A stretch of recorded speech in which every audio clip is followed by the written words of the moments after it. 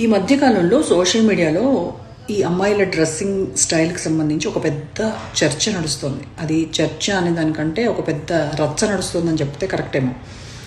ఈ చర్చ ఎక్కడ స్టార్ట్ అయిందో మనందరికీ తెలుసు. యాక్టర్ శివాజీ ఆయన యాక్ట్ చేసిన మూవీ ప్రీ రిలీజ్ ఈవెంట్లో అమ్మాయిల డ్రెస్సింగ్ స్టైల్కి సంబంధించి మాట్లాడినటువంటి మాటలు అటు ఇండస్ట్రీనే కాకుండా రాజకీయాలను కూడా షేక్ చేసేటువంటి స్థాయికి వెళ్ళాయి.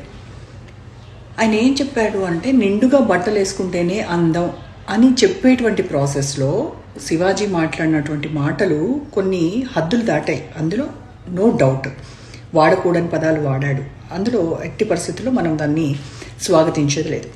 కాకపోతే ఇక అక్కడి నుంచి స్టార్ట్ అయింది. ఆ భాష ఏంటి, ఎలాంటి బట్టలు వేసుకోవాలో చెప్పడానికి నువ్వెవరు, మార్చాల్సింది డ్రెస్ కాదు మీ బుద్ధి, ఇలా రకరకాలుగా కామెంట్స్ చేస్తూ అనసూయ, చిన్మయి లాంటి వాళ్ళు శివాజీని తీవ్రంగా వ్యతిరేకిస్తూ విమర్శిస్తూ మాట్లాడారు. ఇక వలువలు వివాదాలు, ఎవరు కరెక్ట్ ఎవరు రాంగ్ అనేటువంటి పెద్ద చర్చ నడుస్తోంది. సోషల్ మీడియా ఎఫెక్టో లేకపోతే ఈ వెస్ట్రన్ డ్రెస్సింగ్ స్టైల్ ఆ ఎఫెక్టో కానీ ఈ మధ్యకాలంలో బాడీ షో అనేది పెరిగిపోయింది. ఇది మాత్రం నిజం. మరి ఫాలోవర్స్ని అట్రాక్ట్ చేసేందుకు బట్టల సైజ్ తగ్గిస్తున్నటువంటి వాళ్ళు ఎంతోమంది ఉన్నారు. ఇది రెచ్చగొట్టడమే కదా అని గరికపాటి లాంటి వాళ్ళు అంటే అది కూడా తప్పైపోయింది. మనం ఎలా కనిపిస్తామో జనాలు అలానే చూస్తారు.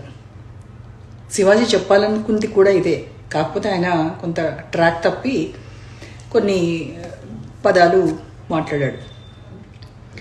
బట్టలనేవి శరీరాన్ని దాచిపెట్టేవి కాదు, గౌరవాన్ని పెంచేవి కూడా.